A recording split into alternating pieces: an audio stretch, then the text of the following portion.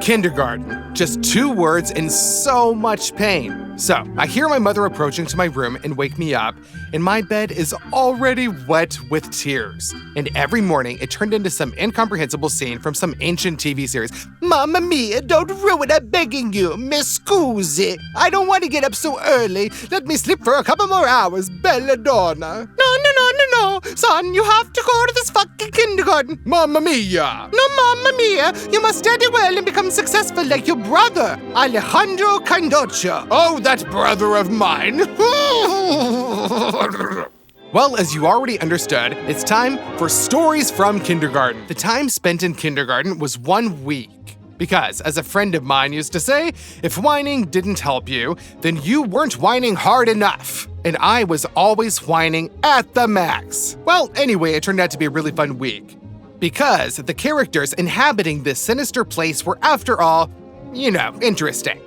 Attention, real names have been replaced in order to avoid unnecessary proceedings in real life.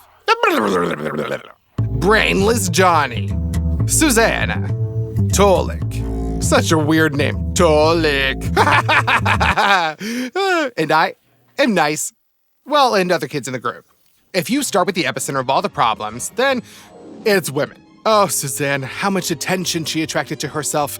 The boys loved her, and the girls hated her because of it. And so me, Johnny, and Tolik were more enthusiastic than the other kids, and every day was like a fight for the queen. Babe, you're really juicy today. I'd like to hold your hand.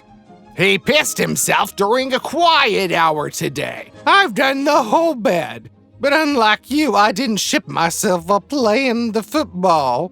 And sure, every day everyone tried to frame each other. Of course, I was not a supporter of the demonstration struggle, and I just waited around for the moment when nobody was around and began to create my magic of seduction. Hey, you know what I got? I got a lollipop. You want one? Baby. Oh, of course I'd love one. But no matter where I went, they eventually found me since the kindergarten area was surrounded by a high fence, and it was kind of small. By the way, the same Tolik did nothing at all to win over her attention. Tolik was already loved by everyone. His charm, eloquence, and dry pants were always pumped to the maximum. And I've always liked him. He was a good guy. As an adult, I even tried to find him. And when I found it, I thought that was a week in kindergarten is not a reason for sincere conversations. Well, as suspected, Suzanne was already constantly sticking to a little bit, which we decided in one simple way. Well, in short, listen. Tolik is a chick, and she's in another kindergarten, and you don't know her, but she has something that you don't have. What is it? Big bouncy balls, baby. Basketball. Footballs. Yeah. In short, he asked me to tell you to, fuck off. Well. As in any story, there came a moment X when brainless Johnny started lying to everyone that, Suzanne took him by the handle behind a warehouse with some sports equipment. There and back and forth, and now he'd be there with, And I decided that it was time to take my children's balls in my fist. And finally, I went confidently to win her. So I go with the boss's gate to the playroom where Suzanne was. I take the children's pipe and say something like, "Hey, Susie, this song is dedicated to you, baby." And then bam!